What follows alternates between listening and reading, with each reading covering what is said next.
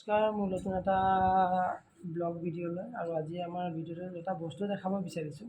আমাৰ আশ্ৰমত থকা আইতা ককা কিছুমান আছে যে তেখেতসকলে খাব নিবিচাৰে, খাব নাজানে কেনেকৈ খাব লাগে আৰু তেখেতসকলক ধুনীয়াকৈ খুৱাব লাগে, ফুচলাই মেলি খুৱাই দিব লাগে, যিহেতু তেখেতসকলে খাবলৈও পাহৰি গৈছে খানা কেনেকৈ খায়।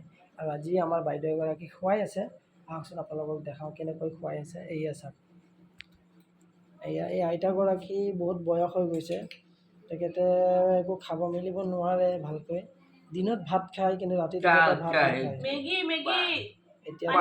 এতিয়া তেখেতক ৰাতি খুৱাই আছে মেগী, যিহেতু মেগী দি পৰা অকণমান হ'লেও পেটটো ভৰাই ৰাখিব লাগিব তেখেতক। তেখেতে ৰাতি একো খাব নিবিচাৰে, ভাত দিলে ভাত নাখায়। তেখেতে ৰাতি মেগী খাব বিচাৰে, নহ'লে বেলেগ একোৱে নাখায় আৰু তেখেতে মেগী খাই খাই অভ্যাস হৈ গ'ল। তো আৰু এয়া বাইদেউ তেখেতে খুৱাই আছে মেগী। আৰু যিহেতু বহুত ফুচলাই মেলি খুৱাব লাগে, তেখেতে খাব নিবিচাৰে। আৰু বাইদেউক সুধি চাওঁ কেনেকৈ কি কৰে। বাইদেউ আপুনি খোৱালে খায়নে? এয়া খুৱাই আছোঁ, চেষ্টা কৰিছোঁ, খাই আছে বৰ্তমান। বহুত ফুচলাব লাগে নেকি? বহুত ফুচলাব লাগে, তেতিয়া গৈহে খায়গৈ আৰু। ফুচলালেহে খায় নেকি? ফুচলালেহে খায়, নহ'লে খাব নিবিচাৰে। আৰু নিবিচাৰে। তেখেতৰ যদি ভাত এনেকৈ আনি থৈ দিলে তেখেতে খায়নে নিজে লৈ? মন গ'লে নিজে খাই বাৰু, খুৱাই দিওঁ আৰু। খাব মন নকৰিলে নিজে মই ফুচলাই পেলাই খুৱাই দিব লাগে। খুৱাই দিব লাগে, তেখেতে নিজে নাখায়। নাখায়। টেবুলত ভাত মন নকৰিলে নিজে টেবুলত ভাত আনি থৈ দিলে তেখেতৰ ভাত টেবুলতে তেনেকৈ পৰি থাকে, যিহেতু তেখেতে খাব নাজানে ভালকৈ। কিন্তু এনেকৈ ফুচলাই মেলি খুৱাব লাগে। আমাৰ বৃদ্ধাশ্ৰম, আপোন ঘৰ ডে কেয়াৰ চেণ্টাৰ, যিবোৰ জ্যেষ্ঠ নাগৰিক আইতা ককাহঁত আছে, কিছুমান এনেকৈ আছে যিহেতু খোজ কাঢ়িবও নোৱাৰে। আৰু আইতাগৰাকী খোজ কাঢ়িব নোৱাৰে, টোটেলি বিচনাতে, টয়লেট চয়লেট চব বিচনাতে কৰে।